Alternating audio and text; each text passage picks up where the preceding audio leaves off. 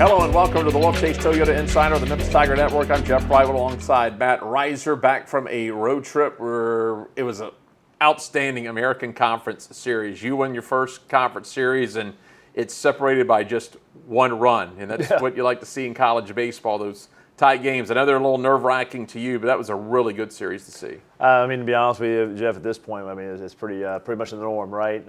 We've had a lot of close games this year, and with the offensive struggles we've had and the ability to be able to pitch a little bit, play some defense, we've had a lot of these, right? 1-2 run games. We've continued to discuss, hey man, we'll probably be in a situation again. We've got to do X, Y, and Z, execute a bit better to come out on the right end of these things. And what I really liked about the weekend, to be honest with you, all three were a little bit different, right? You look at Friday was the traditional Friday night pitchers duel. Here we are facing another American Conference Pitcher of the Week type deal, right, with the left-hander and Beard. And, it was funny talking the color commentary there at ESPN Plus for the radio broadcast or for the ESPN Plus broadcast for FAU. Like, hey, man, here's the top 5 ERA guys in the league. Obviously Garner being one of them, and then the other 4 guys, the fourth one being the guy we faced this weekend. So, we faced everybody in the conference for the best ERA from the Friday night starter standpoint. So they had that classic, Friday night battle between those two young men.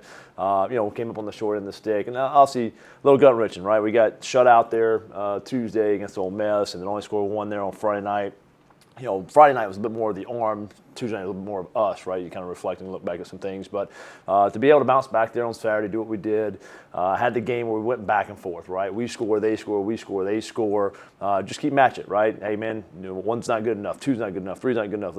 It'll be good enough when you have 1 more than the opponent. And so I thought we did a really good job of that on Saturday to where we kind of flipped the script there on Sunday. Also got off to a really good start there, got the 5-0 lead. They started to inch back in the ball game, and then it started just going back to the old pitcher's duel and out of the bullpen, right? And it was the opposite end of this thing where bullpen had to match zeros back and forth. And so I think we had a streak of, 20-something recorded outs in a row, right?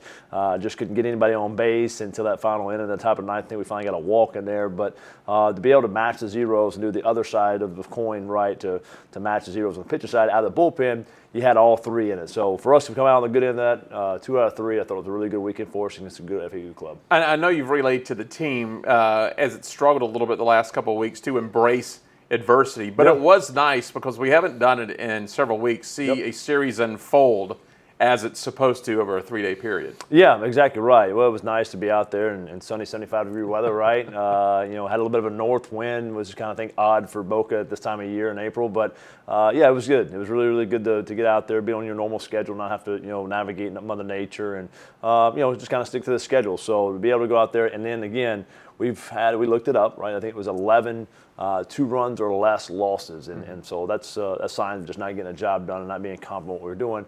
But knowing we did it earlier in the year, right? When you go back to the La Tech series, even the Southeastern win, we had to come back from behind win there and walked them off on the Saturday game. We needed to get back to having that kind of confidence there late in the games. And to be able to do that this weekend, again, I couldn't draw it up any better for us to be able to continue to build some momentum here on the back half of the conference play. Never want injuries, but sometimes it provides opportunities. And look, you've been around long enough. Sometimes you can stumble onto something, and Cade Greer had a great weekend. He's on the honor roll, and he's kind of taken the bull by the horns as far as that leadoff role. He's I know it's a small sample size right now, but he seems pretty comfortable leading off for you. Yeah, well, this is the Cade Greer we needed, right? We talked about it. He's always been the underdog, right? He's always been the overlooked one. Mm-hmm. He has to play with a sense of attitude and a chip on his shoulder that's what he's going to play with, right? That everybody always underestimates him. He's going to be the so-called overachiever. He's got to play with that sense of attitude because that's what makes him. Again, hey man, he's been kind of in a role piece for us and had filled that role pretty well so far to the date. But when Jimmy went down, it was, hey man, now the role player becomes the everyday guy, and now we need to step up and be the everyday guy. And again, aside from the actual play component, hey man, what was your batting average for the weekend? Hey man, did you hit any homers? Hey man, did you make any plays in the outfield? Just what he's showing up every single day. As a role player, there were some moments that he was really good for us. There were some moments he was getting kind of overwhelmed a little bit. He's done a really good job of showing up every day, and whether he's having success or not, right, from getting a base hit or whatever it may be, he's doing a really good job of being consistent, not being overwhelmed and not being overmatched, and being the everyday guy we need and handling that leadoff spot. So really proud of him. Glad he got the honors. He deserves it. Fogel's done a nice job now moving behind the plate. He's obviously got enough at-bats. He's starting to be more comfortable. Had some big hits, including the game winner on Saturday, and then him throwing out runners. He picks up where Jonas Sutton left off. I talked to him in the dugout the other day, and because he played mostly all DH and kind of position at Pitt before he transferred. But he told me, I threw out like 90% of the runners in junior college. I'll take him for his word because he's up in the 80s right now. Yeah, no, he's done a good job of filling in. Again, when you have some injuries and some things that happen, you create some opportunities for some guys. And so, the 2 months of rust knocking off there at the plate. Like I said, he got the go-ahead hit there on Saturday. Also, the big double there, 2-out double that extended the lead there in that first inning for us yesterday or on Sunday. And so just got to do a good job of continuing to do that part of it. That part's coming. But the part where we've been proud of is the time and effort he put into catching, right? This is the reason he came to Memphis and not other places. He had a ton of ACC schools that wanted him, also because of the bat. And man, play outfield and just hit for us. He really wanted to get behind the plate, and not necessarily in an everyday role, but hey, in some capacity. He enjoys catching. He has a true passion for it. He loves doing it. And you see the grinder back there and what he's doing. So I think he's done a really good job offensively for us, but more importantly, just be able to hold down the fort down there behind home plate for us. Jack Pitt's still got to step in. He stepped in last week against Ole Miss. Looked extremely comfortable there because in this, we're going to have this two-part catcher thing going before, I'll hopefully at some point in time get Jonah back. But Pitts will have to fill that void a little bit because we go Fogle every single inning of every single game. It's going to wear and grind on him just from where he's at conditioning standpoint. Last thing before we look ahead, a guy that's really made a huge jump from his freshman to his sophomore year. I'll let you talk about his transformation. Physically, you look at Malik Harris, and you obviously got serious about the nutrition and the strength and conditioning. He carries the gallon jug of water around now, so he's serious. But you put him in some spots early this year, didn't use him a lot. He started to get into inning or here or there, and you see some improvement. I think the Sunday 2 innings he got was kind of a statement for him.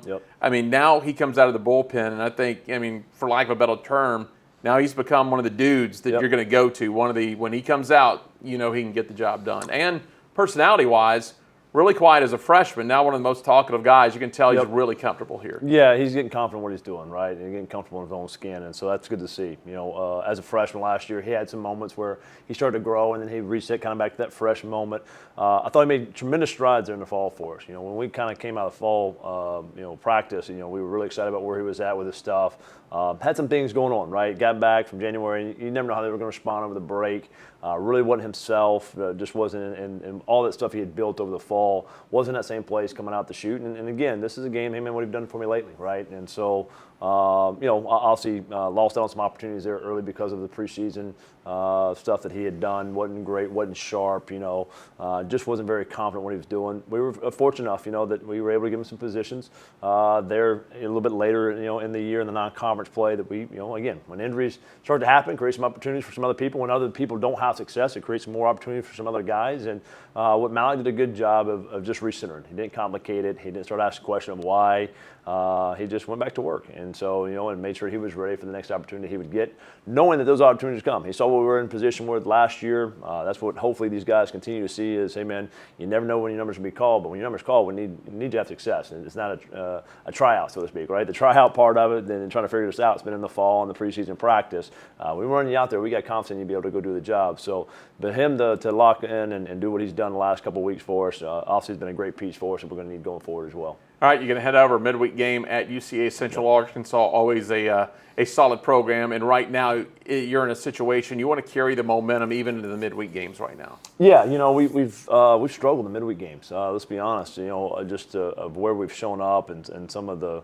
Not even the production, right, the wins and losses, but just how we've done it. It hasn't been very efficient for us. We've had a couple. We played well against Mississippi State. We played well against Ole Miss. But even the Mississippi State game early, we kind of got off to kind of a rocky start along with them as well. So, this midweek stuff just hasn't been good for us. And so you know what you do when you get in that situation, you change some things up. Normally we practice on Monday. We took Monday off this week, and obviously come out early today to be able to get ready for Central Ark tonight and do what we need to do to be ready to rock and roll. And it is a short week, right? We had a long travel with FAU. I think a good lift yesterday helped our guys kind of recover physically and mentally to be able to get out there and do our work today or tonight with the UCA. So again, the Thursday, Friday, Saturday weekend, I think this worked out perfect for us.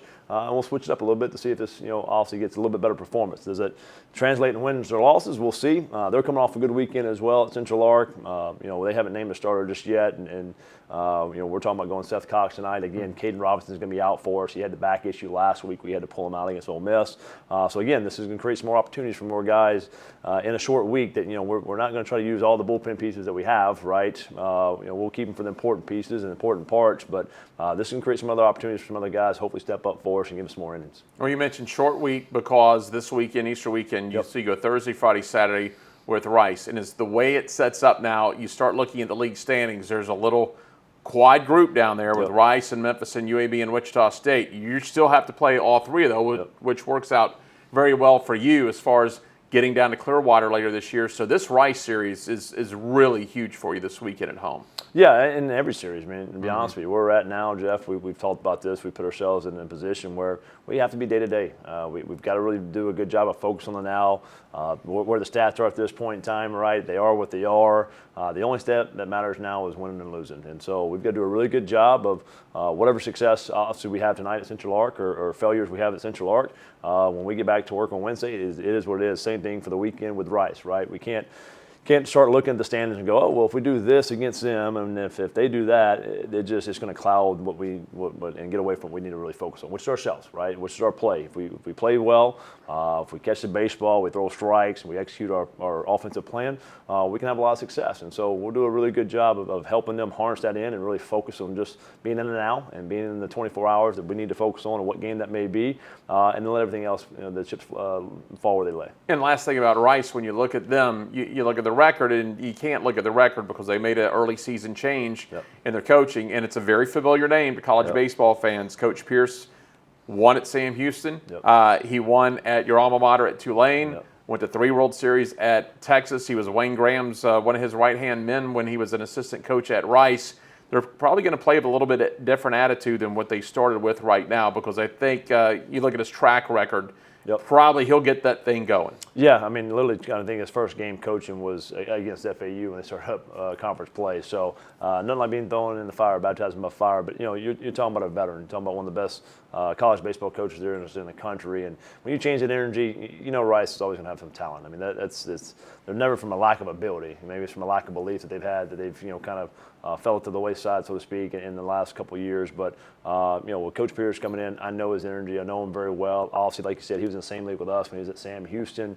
Obviously, being there in Tulane, being right down the road from us at Southeastern as well. I've spent many years in the other dugout watching him, how he goes about his business, being on the other side of some things, and he's going to get the thing right? And they've got enough tools and ability, as you saw this past weekend, right? They beat a good South Florida team. They got run ruled on Friday night. From what Rice had been doing the last, a couple of years, probably not going to win that series on a Saturday and Sunday.